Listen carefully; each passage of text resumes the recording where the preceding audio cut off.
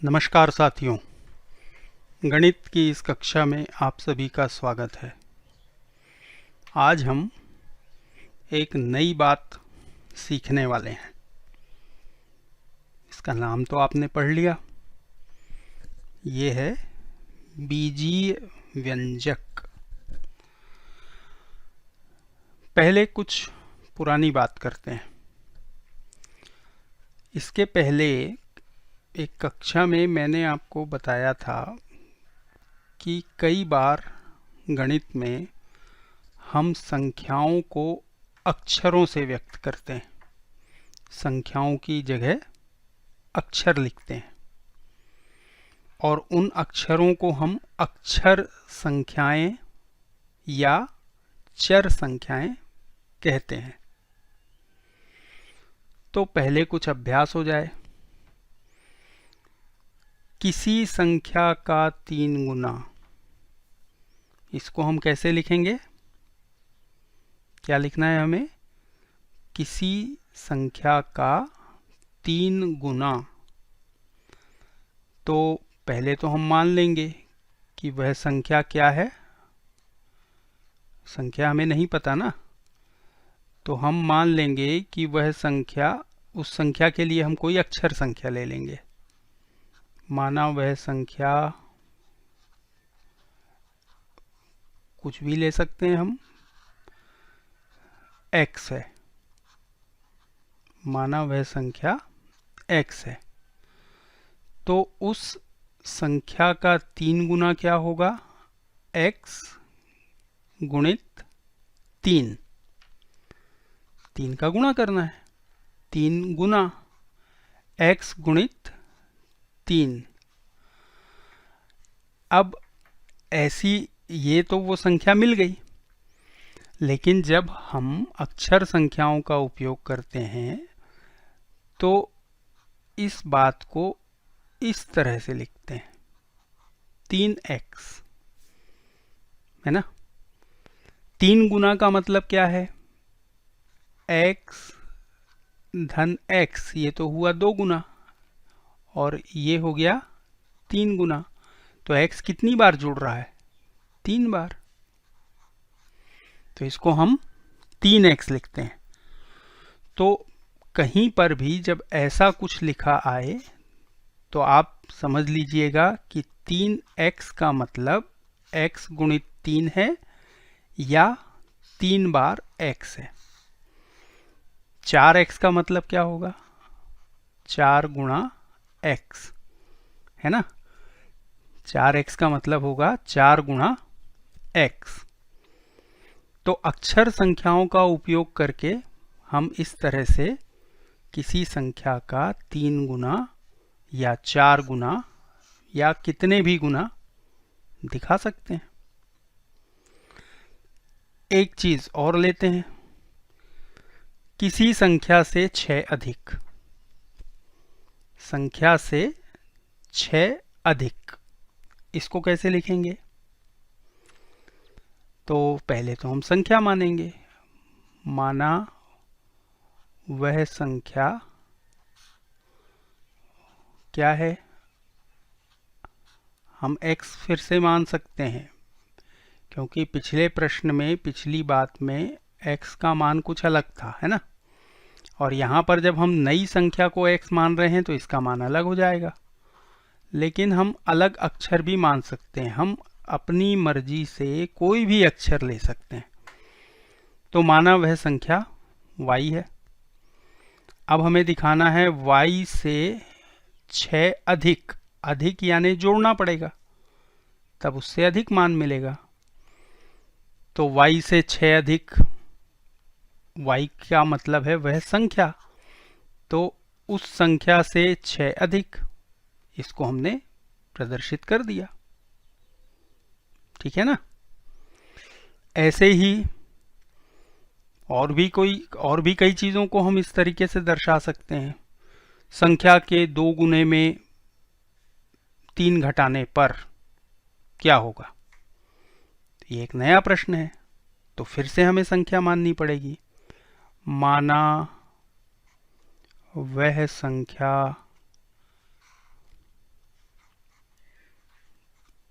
कौन सा अक्षर लें? कोई सा भी अक्षर ले सकते हैं। तो माना वह संख्या, एक बार फिर हमने x ले लिया, माना वह संख्या x है। हमें दिखाना है संख्या के 2 गुने। तो संख्या का 2 गुना मतलब 2 बार x, ये हो गया संख्या का 2 गुना। इससे 3 कम है, इसलिए ऋण का चिन्ह लगेगा। और कितना कम है? 3, इसलिए हुआ ऋण 3। तो अक्षर संख्या का उपयोग करके हम किसी संख्या के 2 गुने से 3 कम को इस तरह से दिखा सकते हैं, है ना। अब ये तो हुई अक्षर संख्याओं की कुछ बातें। अब एक तरह की अक्षर संख्या का उपयोग हम और करके देखते हैं।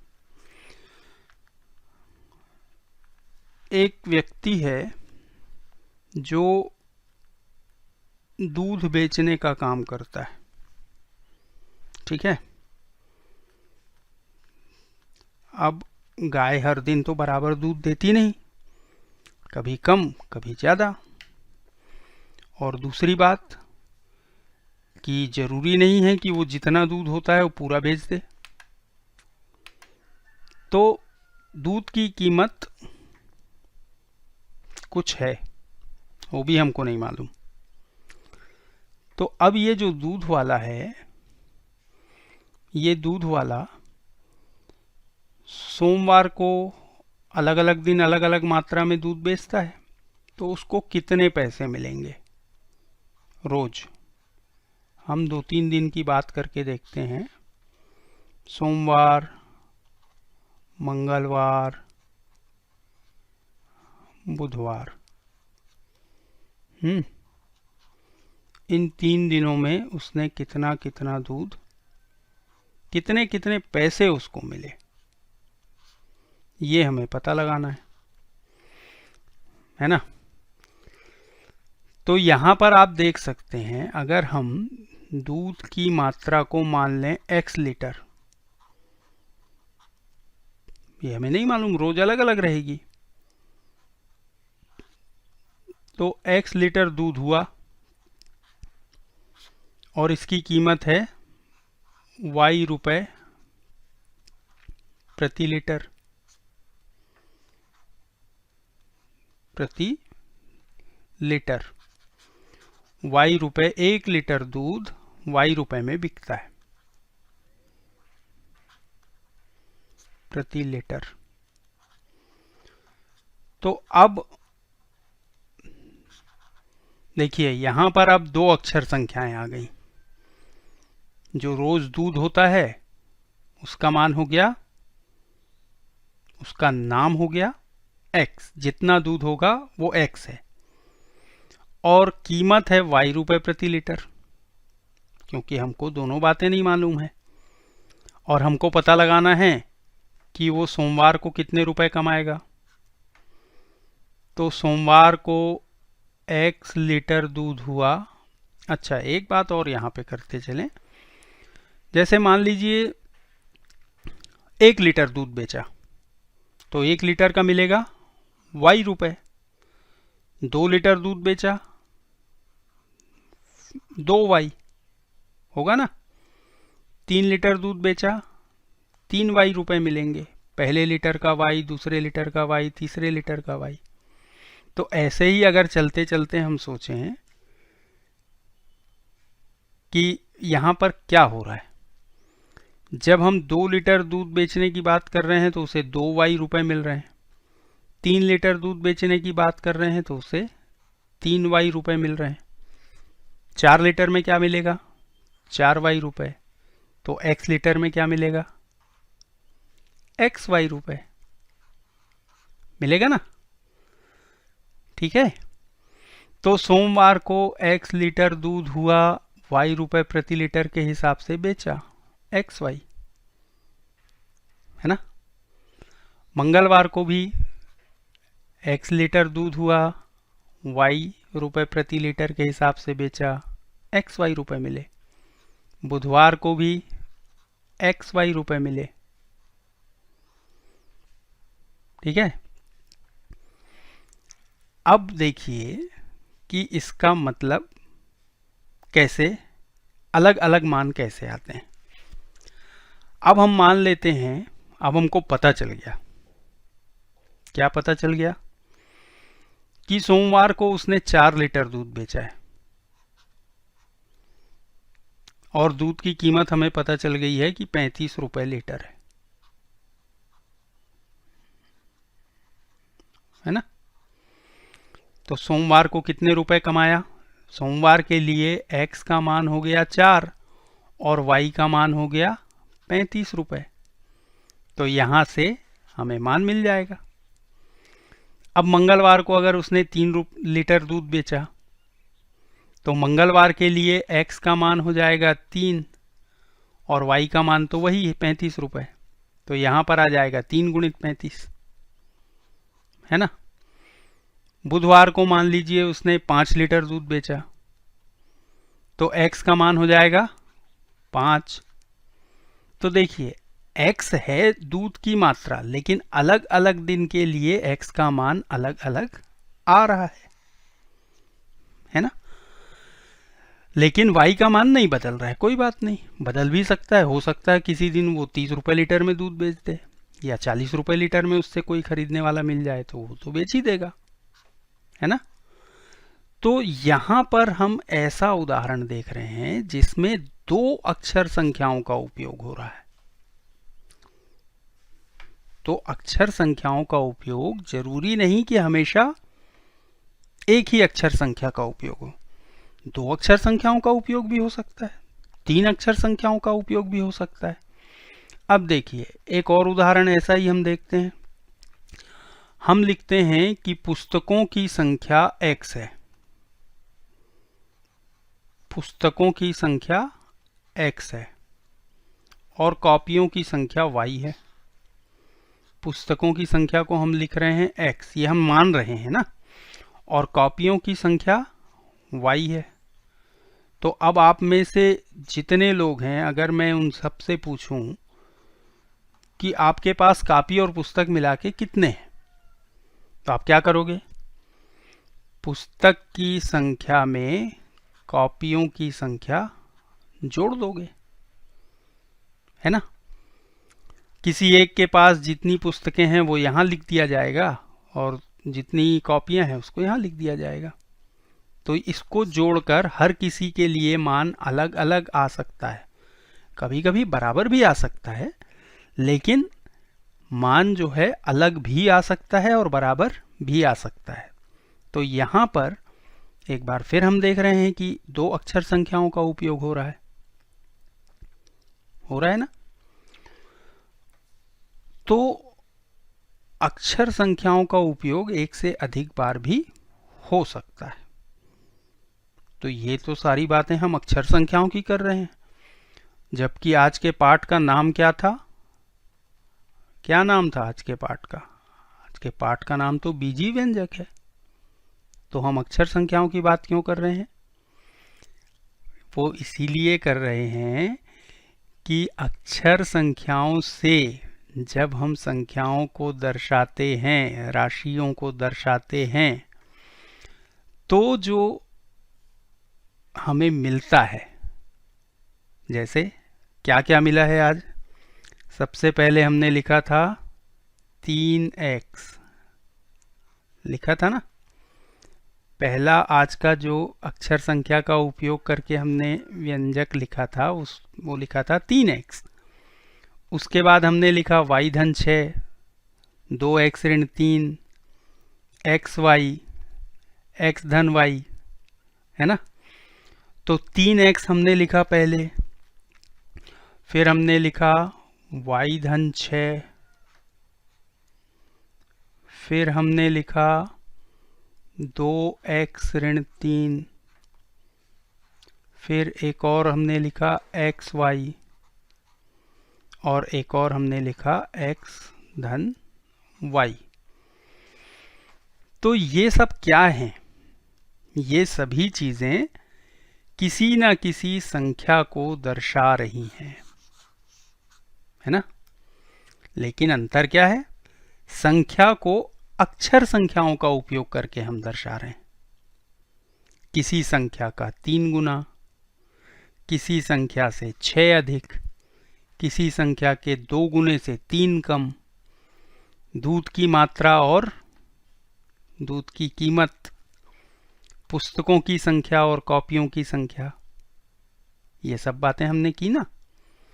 तो जब हम राशियों को अक्षर संख्याओं का उपयोग करके और उसके साथ धन, ऋण, गुणा, भाग कोई भी काम करके, इन चारों में से कोई भी काम करके लिखते हैं तो उन्हें कहते हैं बीजीय व्यंजक। तो ये जो सभी हमारे सामने लिखे हुए हैं ये क्या हैं, यही तो बीजीय व्यंजक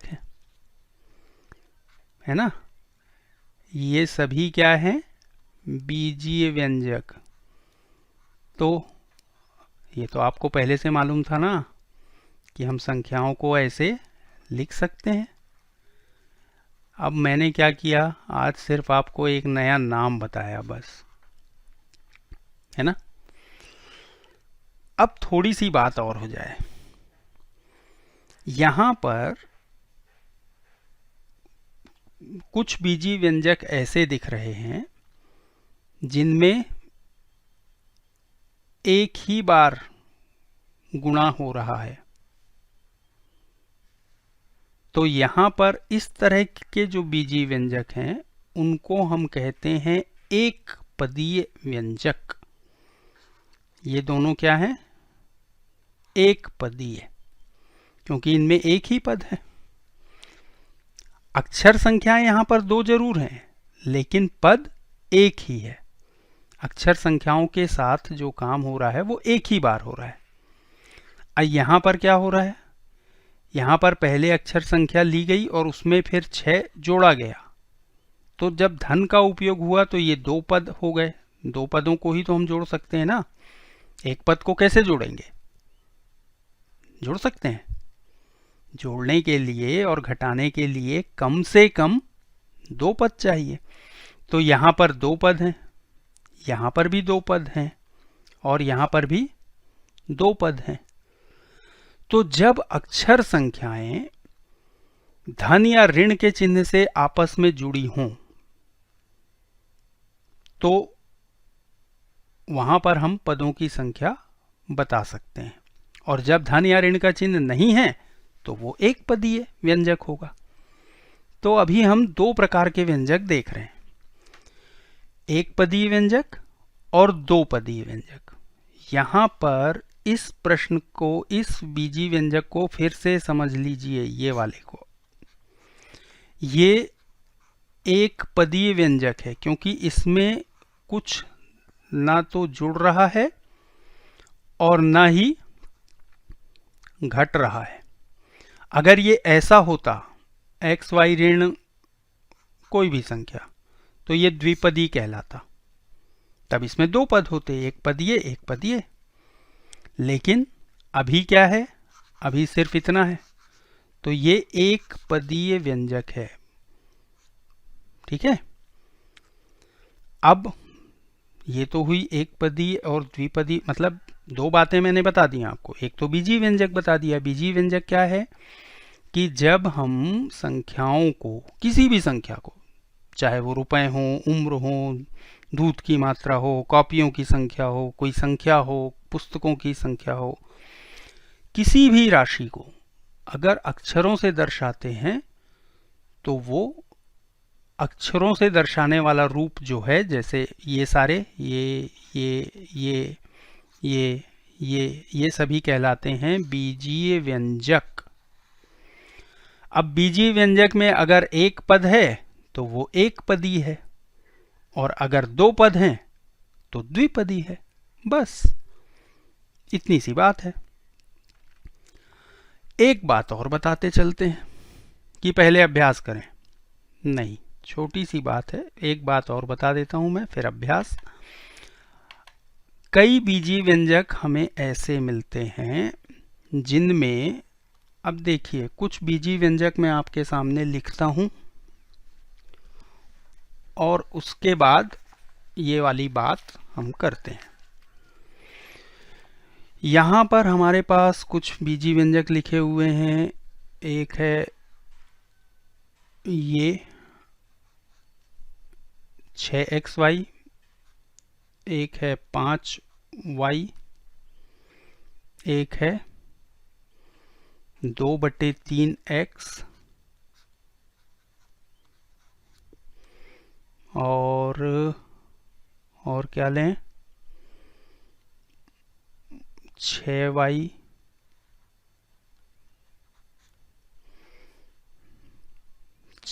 7a, 5b, 1/3a, 27/5b।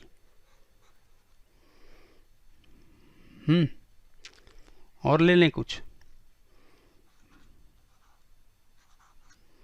ये सारे बीजी व्यंजक आप देख रहे हैं, इन सभी में अक्षर संख्याओं का उपयोग है। और खास बात यह है कि ये सभी कैसे हैं, एक पदी कि द्विपदी है। सभी एक पदी व्यंजक हैं। देखिए कहीं धन या ऋण का चिन्ह नहीं है, है ना। तो सभी एक पदी व्यंजक हैं, एक पदी एक पदी एक पदी एक पदी व्यंजक। अब हम इनमें से कुछ छांट रहे हैं।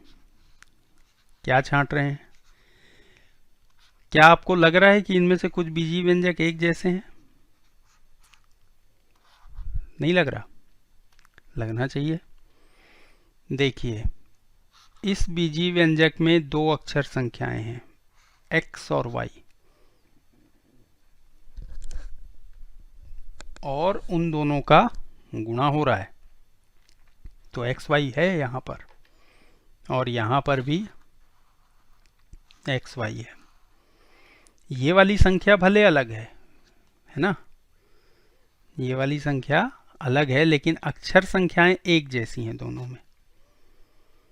तो इन दोनों को हम कहेंगे सजातीय व्यंजक। ये दोनों सजातीय बीजीय व्यंजक हैं।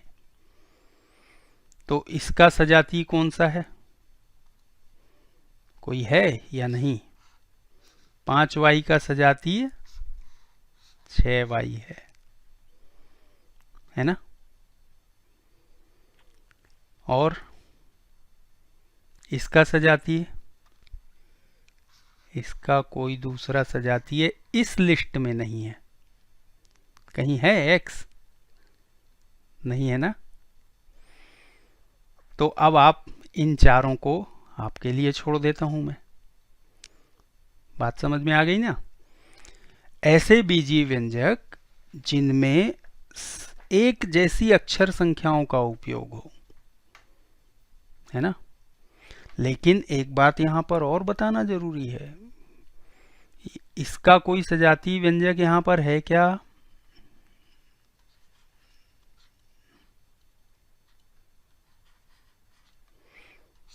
ये कैसा बीजी व्यंजक है? द्विपदी। यहां तो कोई द्विपदी नहीं है, तो हो ही नहीं सकता इसका सजातीय, है ना।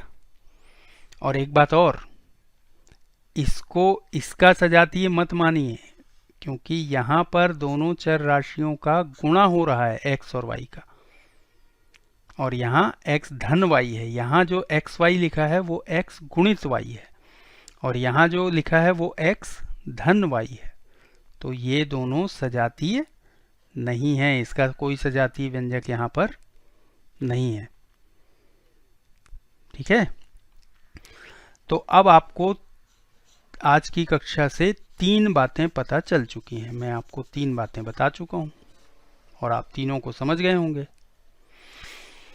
पहली बात, बीजी व्यंजक किसे कहते हैं? जब हम चर राशि का उपयोग करके, अक्षर संख्या का उपयोग करके किसी भी राशि को दर्शाते हैं तो वो बीजी व्यंजक कहलाता है। बीजी व्यंजक में अगर एक पद है तो वो एक पदी बीजी व्यंजक कहलाएगा, 2 पद हैं तो द्विपदी कहलाएगा, 2 से अधिक हैं तो त्रिपदी कहिए, बहुपदी कहिए, वो बात बाद में। और तीसरी जो बात है कि सजातीय और विजातीय, जो सजातीय नहीं है वो विजातीय कहलाएंगे, है ना। तो बीजीय व्यंजक के 2 प्रकार हमने देख लिए, एक सजातीय व्यंजक और एक विजातीय व्यंजक। तो अब इतनी बात के आधार पर आप 2 अभ्यास आपको आज करने हैं, जल्दी से इन्हें लिखिए और फिर आज की कक्षा का काम खत्म। यहाँ पर आपको एक पदीय और द्विपदीय व्यंजक पहचानना है। कुल 10 व्यंजक दिए हुए हैं, इनमें आपको बताना है कि कौन सा एक पदीय है और कौन सा द्विपदीय है। इन्हें आप लिख लीजिए। पहला है 3x धन 4y, दूसरा है 9 धन 3y, तीसरा है 4a ऋण 7b, चौथा है 5x धन 1, पांचवा है a ऋण 30, छठवां है 4ab, सातवां है abc ऋण 1, आठवां है 3xy, नौवां है ab धन bc और 10वां है a धन abc। इनमें आपको पहचानना है कि कौन कौन से व्यंजक सजातीय हैं और कौन कौन से व्यंजक एक पदी हैं और कौन कौन से व्यंजक द्विपदी हैं। और सजातीय और विजातीय आपको यहां पहचानने। सजातीय व्यंजक छांट कर लिखिए, है ना। यहां पर भी 10 लिखे हुए हैं, 10 बीजीय व्यंजक लिखे हुए हैं। इनमें आपको देखना है कि कितने सजातीय बीजीय व्यंजक हैं। जो सजातीय बीजीय व्यंजक हैं उन्हें एक साथ लिखिए, तो इनको आपको छांटना है। तो ये 2 अभ्यास करने के बाद हम बीजीय व्यंजकों के बारे में कुछ और बातें करेंगे। तब तक के लिए नमस्कार।